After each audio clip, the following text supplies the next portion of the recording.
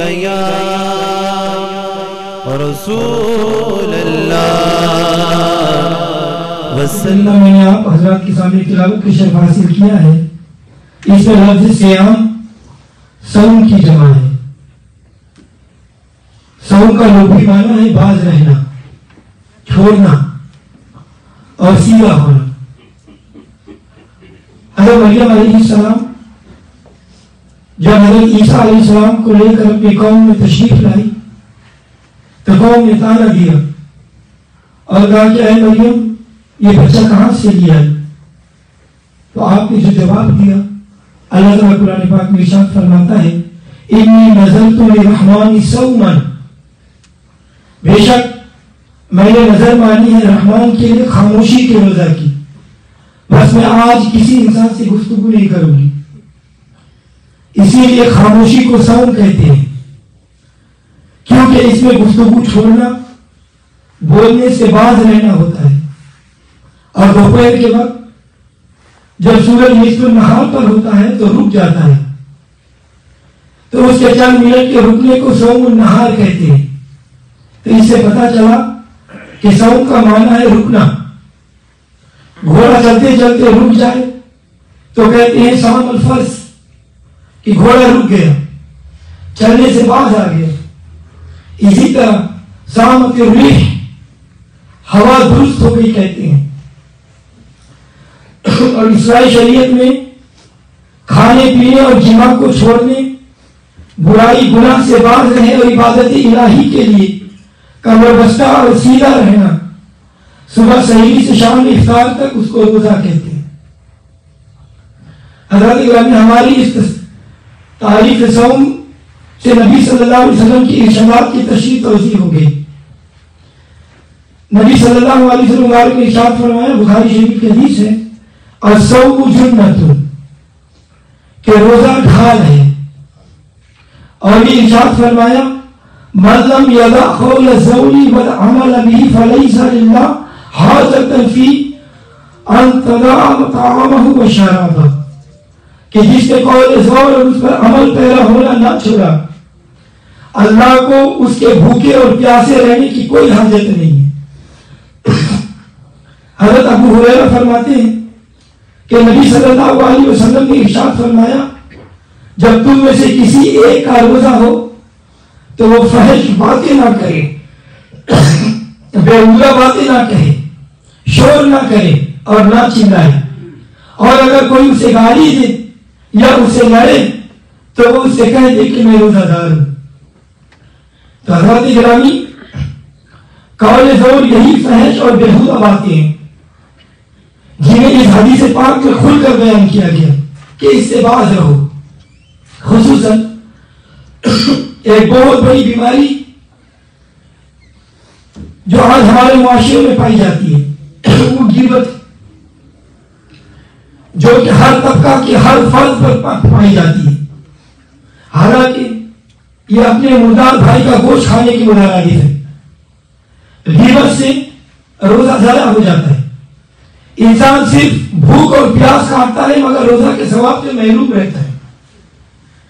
حضور صلی اللہ علیہ وسلم کے عہد ظاہرہ میں دو عورتوں نے روزہ رکھا، جن کے آخری حصے میں بھوک اور پیاس نے اس قدر ستایا کہ جان پر بندھے۔ نبی صلی اللہ علیہ وسلم کی بارگاہ میں آدمی بھیج کر روزہ توڑنے کی اجازت طلب کی گئی، تو آپ صلی اللہ علیہ وسلم نے ایک پیالہ بھیجا اور حکم فرمایا کہ اس میں جو کچھ ان دونوں نے کھایا ہے کہہ کر کے نکال دیں۔ چنانچہ ایک نے کہے کی تو اس میں سے آدھا خالص خون تھا اور آدھا تازہ گوشت۔ دوسری عورت نے بھی اسی طرح خون اور گوشت ڈالا۔ لوگوں کو تعجب ہوا تو آپ صلی اللہ علیہ وسلم نے فرمایا کہ ان دونوں عورتوں نے روزہ رکھا اور اللہ تعالیٰ کی حلال کی ہوئی چیزوں سے استعمال سے تو اپنے آپ کو بچایا مگر اس کی حرام کی ہوئی چیز کا ارتکاب کیا۔ تو ان میں سے ایک دوسرے کے پاس جا کر بیٹھی اور دونوں مل کر غیبت کی۔ کسی آدمی کی غیبت کرنا اس کا گوشت کھانا ہے، یہ گوشت جو قید میں نکلا وہی غیبت ہے۔ نبی صلی اللہ علیہ وسلم نے فرمایا کہ بہت سے روزے دار ایسے ہیں کہ ان کے روزے سے سوائے بھوک اور پیاس کے کچھ حاصل نہیں ہوتا، اور بہت سے راتوں کو کھڑے رہنے والے ایسے ہیں کہ ان کو کچھ حاصل نہیں ہوتا مگر رات میں جاگنا۔ تو حضرات گرامی، اس وضاحت سے معلوم ہوا کہ صرف کھانے اور پینے سے رکنا ہی روزہ نہیں، بلکہ ہر عضو کو ہر قسم کی برائی سے روکنے کا نام روزہ ہے۔ مثلا آنکھ کو ہر اس چیز سے دیکھنے سے بچانا جو ذکر الہی سے غافل کرتی ہو، یہ آنکھ کا روزہ ہے۔ نبی صلی اللہ علیہ وسلم نے ارشاد فرمایا، بری نظر شیطان کے زہر آلود تیروں میں سے ایک تیر ہے، پر جو شخص بری نظر کو خوف الہی سے چھوڑے تو اللہ تعالیٰ ایسا ایمان عطا فرمائے گا کہ جس کی حلاوت قلب میں محسوس ہوگی۔ اور زبان کو بکواس، جھوٹ، غیبت، فحش گوئی سے محفوظ رکھے۔ کان کو ہر مکروہ اور ناجائز آواز سے سننے سے بچائے۔ اگر کسی مجلس میں غیبت ہوتی ہو تو وہاں سے اٹھ جائے، ورنہ یہ بھی گنہگار ہوگا، کیونکہ نبی صلی اللہ علیہ وسلم نے فرمایا کہ غیبت کرنے والا اور سننے والا دونوں گناہ میں شریک ہیں۔ اور ہاتھوں کو چھوڑ چوری سے، بکاری وغیرہ سے محفوظ رکھیں، کسی کو ناجائز مارنے سے باز رہے۔ تو یہ ہاتھوں کا روزہ ہے۔ پاؤں کا روزہ، پاؤں کو سینما گر، گروپ شو اور بری مجلس کی طرف جانے سے محفوظ رکھیں۔ بوقت افطار اتنا نہ کھائیں کہ پیٹ تن جائے، ایسا پیٹ اللہ تعالیٰ کے نزدیک مبغوض تر ہے۔ اور اس کے علاوہ جو روزے کا فائدہ یعنی شہوت کا توڑنا تھا، اس صورت میں حاصل نہیں ہوگا۔ افطار کے بعد قلب خوف اور امید کے درمیان رہے کہ کیا معلوم کس کا روزہ اللہ کے نزدیک مقبول ہوا اور کس کا مقربین میں سے ہو گیا۔ یہ روزہ درجہ مقبولیت کو نہیں پہنچ سکا اور وہ مردود بارگاہ خدا بندی ہو گیا۔ تو حضرات گرامی، نبوت کے 15ویں سال میں 10 شوال 2 ہجری میں روزہ فرض ہوا۔ اولاً صرف روزہ یعنی ایک روزہ عاشورہ کا فرض تھا، پھر یہ منسوخ ہو کر ہر ماہ چاند کی 13، 14 اور 15 کا روزہ فرض کیا گیا۔ پھر یہ بھی منسوخ ہو کر رمضان کے روزے فرض کیے گئے، مگر لوگوں کو اختیار تھا کہ چاہے روزہ رکھے چاہے فدیہ ادا کرے۔ پھر یہ اختیار منسوخ ہو کر رمضان کا روزہ فرض ہوا، مگر یہ پابندی تھی کہ رات کو سونے سے پہلے جو چاہو کھاؤ، سو کر اٹھ کر کچھ نہیں کھا سکتے۔ حضور صلی اللہ علیہ وسلم کے ایک صحابی حضرت سرما ابن قیس رضی اللہ تعالیٰ عنہ ایک مزدور صحابی تھے۔ دن بھر مزدوری کر کے شام کو گھر آئے، زوجہ نے آٹا گوندھ رکھا تھا کہ جب سرما آئیں گے تو میں تازہ روٹی ان کے لیے پکاؤں گی۔ حضرت سرما رضی اللہ تعالیٰ عنہ سارا دن مزدوری کرنے کے بعد گھر واپس لوٹے تو بیوی نے کہا کہ حضور آپ ذرا کمر سیدھی کر لیں، میں ابھی تازہ روٹی پکا کر لاتی ہوں۔ دعا ہے کہ اللہ تعالیٰ امت مصطفیٰ کو ایسی بیویوں سے نوازے۔ آج کل تو ہر بیوی اپنے شوہر کی رفیقہ حیات نہیں بلکہ رفیقہ مطالبات بن گئی ہے۔ صبح مطالبہ، شام مطالبہ، پھر مطالبہ پورا نہ ہونے کی صورت میں صبح شام لڑائی ہوتی ہے۔ حضور صلی اللہ علیہ وسلم نے ارشاد فرمایا کہ مجھے جہنم میں عورتوں کی کثرت دکھائی گئی کیونکہ یہ کفر کرتی ہے۔ تو صحابہ اکرام نے عرض کیا، یا رسول اللہ صلی اللہ علیہ وسلم، یہ اللہ تعالیٰ سے کفر کرتی ہیں؟ آپ صلی اللہ علیہ وسلم نے فرمایا نہیں، بلکہ یہ شوہر کی ناشکری ہو کر کفر کرتی ہے۔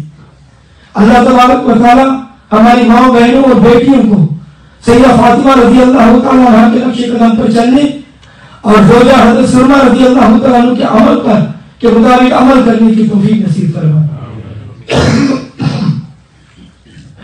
حضرت سرما ابن قیس رضی اللہ تعالیٰ عنہ کھانے کے انتظار میں کمر سیدھی کی تو سارے دن کی تھکاوٹ سے نیند آ گئی اور سو گئے۔ آپ کی زوجہ محترمہ کھانا لائی اور انہیں سوتے ہوئے پایا، جگایا اور کھانا پیش کیا تو آپ نے فرمایا کہ آپ میرے لیے کھانا جائز نہیں، کیونکہ میں سو چکا ہوں اور سونے کے بعد کھانا جائز نہیں۔ اگلے دن پھر مزدوری کی، عرب کی گرم، بھوک کی شدت، موسم کی حدث کی وجہ سے آپ بے ہوش ہو کر گر پڑے۔ نبی صلی اللہ علیہ وسلم سے اس واقعہ کا ذکر کیا گیا تو اسی وقت آیت مبارکہ نازل ہوئی، وَكُلُوا وَاشْرَبُوا حَتَّى يَتَبَيَّنَ لَكُمُ الْخَيْطُ الْأَبْيَضُ مِنَ الْخَيْطِ الْأَسْوَدِ مِنَ الْفَجْرِ ثُمَّ أَتِمُّوا الصِّيَامَ إِلَى اللَّيْلِ، اور کھاؤ اور پیو یہاں تک کہ ظاہر ہو جائے تمہارے لیے سفید دوڑا اور سیاہ دوڑے سے صبح کے وقت پھر پورا کرو روزہ کو رات تک۔ ایسے ہی رات کو اپنی بیویوں سے قربت کی اجازت ابتدا میں نہیں تھی، اور بعض صحابہ اکرام سے یہ فعل سرزد ہو گیا تو اللہ تبارک و تعالیٰ نے قرآن پاک کی آیت نازل فرمائی، أُحِلَّ لَكُمُ اللَّيْلَ الصِّيَامِ الرَّفَثُ إِلَى نِسَائِكُمْ، کہ تمہارے لیے رمضان کی راتوں میں اپنی بیویوں سے مجاونیات حلال کر دی گئی۔ تو حضرات گرامی، روزہ کی 3 اقسام ہیں، روزے کی 3 اقسام ہیں، فرضی، نفلی اور وصلی۔ روزہ فرضی وہ ہے جس کو چھوڑنے سے اس کی قضا اور توڑنے سے کفارہ لازم آتا ہے، جیسا کہ قرآن پاک میں اللہ تعالیٰ ارشاد فرماتا ہے فَمَنْ كَانَ مَرِيضًا أَوْ عَلَى سَفَرٍ فَعِدَّةٌ مِنْ أَيَّامٍ أُخَرَ، اور جو کوئی بیمار ہو یا سفر میں ہو تو اتنے روزے اور دنوں میں رکھ لے۔ لہذا اگر فرضی روزہ قضا ہو جائے تو اسے غیر رمضان میں پورا کرنا یہ واجب ہے، لیکن اس کا ثواب رمضان کے روزے کے برابر نہیں ہوگا، کیونکہ رمضان المبارک میں ایک فرض کا ثواب 70 فرائض کے مطابق ادا کیا جاتا ہے، اس لیے کوشش کرنی چاہیے کہ رمضان کے روزے چھوٹنے ہی نہ پائے۔ اور جب انسان یہ ارادہ کر لے تو اللہ تعالیٰ اسے پورا فرما دیتا ہے، اور اگر جان بوجھ کر رمضان مبارک کا فرضی روزہ توڑ دیا تو پھر اس کا کفارہ ہے۔ اس کا کفارہ کیا ہے؟ پیدل پہ 60 روزہ رکھنا ہے، یعنی مسلسل 2 ماہ کے روزے رکھنے، یا تو ایک غلام آزاد کرنا یا تو 60 مسکینوں کو کھانا کھلانا ہے۔ حضرت ابو ہریرہ رضی اللہ عنہ فرماتے ہیں کہ نبی صلی اللہ علیہ وسلم کے دور عالیہ میں اچانک ہم حضور کی بارگاہ میں موجود تھے، ایک آدمی آیا اور عرض کیا یا رسول اللہ صلی اللہ علیہ وسلم میں ہلاک ہو گیا۔ آپ صلی اللہ علیہ وسلم نے فرمایا کہ تجھے کیا ہوا؟ تو اس نے عرض کیا یا رسول اللہ میں روزے کی حالت میں اپنی بیوی سے جماع کر لیا ہے، اب میں کیا کروں؟ آپ صلی اللہ علیہ وسلم نے فرمایا کیا تیرے پاس ایک غلام ہے جسے تو آزاد کرے؟ تو انہوں نے عرض کیا یا رسول اللہ میرے پاس تو غلام نہیں۔ آپ صلی اللہ علیہ وسلم نے ارشاد فرمایا کہ اچھا جاؤ پائے در پہ مسلسل 60 روزے رکھ لو، تمہارا کفارہ ادا ہو جائے گا، خدا تجھ سے راضی ہو جائے گا۔ اس نے عرض کیا یا رسول اللہ صلی اللہ علیہ وسلم مجھے اس کی بھی طاقت نہیں۔ آپ صلی اللہ علیہ وسلم نے فرمایا کہ اچھا ایسا کرو کہ جاؤ 60 مسکینوں کو کھانا کھلا دو۔ انہوں نے عرض کیا یا رسول اللہ صلی اللہ علیہ وسلم میرے پاس اس کی بھی طاقت نہیں۔ آپ صلی اللہ علیہ وسلم خاموش ہو گئے۔ آپ نے فرمایا کہ بیٹھ جاؤ۔ وہ صحابی بیٹھ گئے۔ پھر تھوڑی دیر کے بعد حضور صلی اللہ علیہ وسلم کے پاس ایک کھجور کی پتوں کا بنا ہوا ٹوکرا جس میں کھجوریں تھی بطور ہدیہ پیش کیا گیا۔ تو اس حدیث کے الفاظ سے یہ پتہ چلا کہ بزرگوں کی بارگاہ میں نذرانے لانے کا ثبوت بھی ملتا ہے۔ جب کھجوروں کا ٹوکرا آ گیا تو آپ صلی اللہ علیہ وسلم نے فرمایا کہ وہ صاحب کدھر ہے؟ وہ کھڑا ہو گیا۔ انہوں نے عرض کیا میں حاضر ہوں۔ آپ صلی اللہ علیہ وسلم نے ارشاد فرمایا کہ اے صاحب یہ کھجوریں لے جا اور انہیں 60 مسکینوں میں تقسیم کر دو، تمہارا کفارہ ادا ہو جائے گا، خدا تجھ سے راضی ہو جائے گا۔ انہوں نے کھجوریں لی اور حضور کی بارگاہ میں عرض کیا یا رسول اللہ صلی اللہ علیہ وسلم میرے اور میرے اہل خانہ سے زیادہ پورے مدینہ میں فقیر کوئی نہیں، میں سب سے زیادہ محتاج ہوں۔ حدیث کے یہ الفاظ ہیں پس نبی صلی اللہ علیہ وسلم مسکرا پڑے حتیٰ کہ آپ کے سامنے کی داڑیں ظاہر ہو گئی۔ اللہ اکبر، یوں مسکرائے جان سی کلیوں میں پڑ گئی، یوں لب کشا ہوئے کہ گلستان بنا دی۔ آپ صلی اللہ علیہ وسلم مسکرائے کہ ایک ایسا آدمی ہے کہ چاہتا ہے دینا بھی کچھ نہ پڑے اور کام بھی بن جائے. آپ صلی اللہ علیہ وسلم نے فرمایا کہ اے سائل یہ کھجور لے جا اپنے اہل و عیال کو کھلا, خود بھی کھا, تمہارا کفارہ ادا ہو جائے گا, خدا تجھ سے راضی ہو جائے گا. حضرات گرامی توجہ چاہوں گا, دنیا کا کوئی مولوی, دنیا کا کوئی مفتی, چھوٹا ہو یا بڑا ہو, اپنے اختیار سے کسی کو یہ مذکورہ 3 کفاروں کے علاوہ چوتھی بات اپنی طرف سے نہیں کہہ سکتا, مگر آمینہ کے در یتیم کو یہ چوتھی بات اپنے اختیار سے فرمانے کا حق حاصل ہے. پونجی تمہیں دی اپنے خزانوں کی خدا نے, پونجی تمہیں دی اپنے خزانوں کی خدا نے, محبوب کیا مالی کو مختار بنایا. تو حضرت گرامی, روزہ کی دوسری قسم ہے نفلی روزہ. یہ روزہ رکھ کر توڑنے سے اس کی قضا لازم ہوتی ہے لیکن اس پر کفارہ نہیں ہے. جیسے نظر کا روزہ, ایام 20 کا روزہ, عاشورہ کا روزہ, شوال کے 6 روزے, یہ سارے روزے نفلی ہیں. اور تیسرا ہے وصلی روزہ کہ بغیر کھائے پیے مسلسل روزے رکھنا وصلی روزہ کہلاتا ہے. سیاستہ میں کہ مختلف روایت میں صیام مثال کا ذکر موجود ہے. توجہ چاہوں گا, حضرت ابو ہریرہ رضی اللہ عنہ فرماتے ہیں کہ نبی صلی اللہ علیہ وسلم نے وصلی روزے رکھنے سے منع فرمایا. تو صحابہ اکرام نے عرض کیا, یا رسول اللہ صلی اللہ علیہ وسلم آپ وصلی روزہ رکھتے ہیں؟ تو رسول اللہ صلی اللہ علیہ وسلم نے فرمایا کہ تم میں سے میری مثل کون ہے؟ میں رات اس حال میں گزارتا ہوں کہ میرا رب مجھے کھلاتا ہے, میرا رب مجھے پلاتا ہے. اے میرے صحابہ, یہ ٹھیک ہے کہ تم میں کوئی صداقت کا تاجدار ہے. اے میرے صحابہ, یہ ٹھیک ہے کہ تم میں کوئی عدالت کا سر سوار ہے. اے میرے صحابہ, یہ ٹھیک ہے کہ تم میں سے کوئی سخاوت کا علمدار ہے. اے میرے صحابہ, یہ ٹھیک ہے کہ تم میں سے کوئی حیدر کا دار ہے, مگر تم میری مثل نہیں ہو. اور یہ ملا کہتا ہے کہ بشر حضور صلی اللہ علیہ وسلم کی طرح ہے اور حضور بشر میری طرح ہے. صحابہ اکرام رضوان اللہ تعالی علیہم اجمعین نے باغ رسالت میں عرض کیا, یا رسول اللہ ہم آپ کی طرح نہیں. معلوم ہوا کہ آپ اپنے آپ کو نبی کی مثل کہنا اور یہ کہنا کہ میرے بھی 2 ہاتھ ہیں, نبی کی بھی 2 ہاتھ ہیں, میرے بھی 2 پیر ہیں, نبی کی بھی 2 پیر ہیں, فرق ہے. حضرات گرامی, غلط اور سراسر قرآن و حدیث کے خلاف عقیدہ ہے. صحیح عقیدہ ہم اہل سنت و جماعت کا ہے کہ جو تاجدار بریلی سرکار اعلی حضرت عظیم البرکت مجدد دین رحمت اللہ علیہ نے ہمیں فرمایا کہ تیرا مسند راز عرش بنی, تیرا مسند راز عرش بنی, تیرا محکم راز روح امین, تو ہی سرور ہے 2 جہاں شاہ, تیرا مثل نہیں ہے خدا کی. حضرات اکرام توجہ چاہوں گا, ساری کائنات کے ولی حضرت علی کی مثل نہیں. ساری کائنات اور حضرت علی حضرت ابو بکر کی مثل نہیں. ساری کائنات اور ابو بکر کسی نبی کی مثل نہیں. ساری کائنات اور تمام نبی آمینہ کے لال کی مثل نہیں. تو ہی سرور ہر 2 جہاں ہے شاہ, تیرا مثل نہیں ہے خدا کی قسم. حضرات گرامی,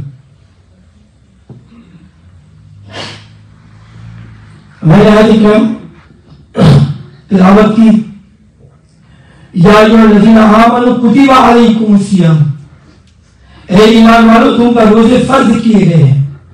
یہی وجہ ہے کہ ایمان والے روزہ رکھتے ہیں, کیونکہ حکم ہی ایمان والوں کو ہے, بے ایمانوں کو تو حکم ہی نہیں. ارے مومن تو رہے مومن, اگر روزہ کا احترام کوئی مجوسی کرے تو اس کی بھی بخشش ہو جاتی ہے.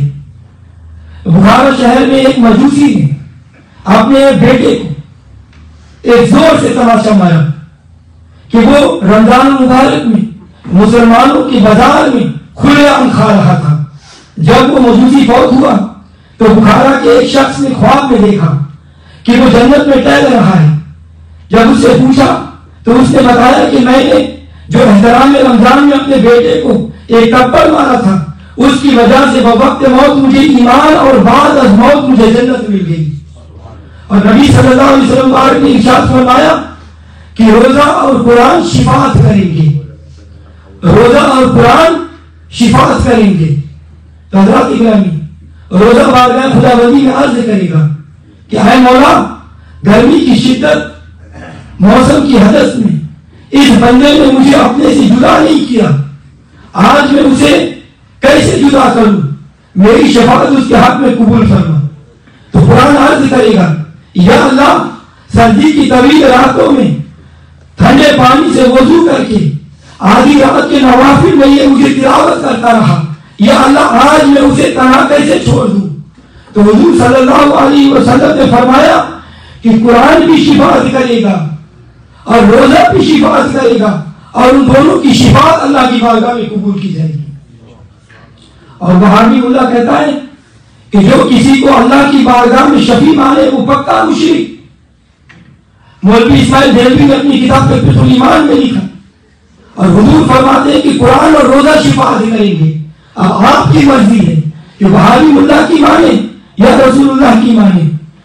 اللہ تعالیٰ قرآن پاک میں ارشاد فرماتا ہے من ذا الذی یشفع عندہ الا بإذنہ, کہ کون ہے جو سفارش کر سکے اس کے پاس بغیر اس کی اجازت کے. اب وہابی دیوبندی اسی آیت کو پڑھ کر شفاعت کا منکر ہوتا ہے, کہتا ہے من ذا الذی یشفع عندہ, کوئی سفارش نہیں کر سکتا, مگر آیت کا اگلا حصہ ہضم کر جاتا ہے الا بإذنہ, مگر اس کی اجازت کے ساتھ. حالانکہ آیت کے اگلے جملے نے بتایا کہ جسے اللہ اجازت دے گا وہ شفاعت کرے گا.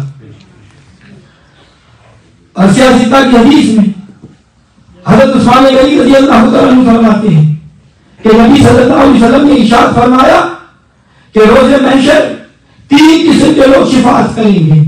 کتنے قسم کے لوگ؟ 3 قسم کے لوگ. پہلے انبیاء, دوسرے علماء, تیسرے شہداء.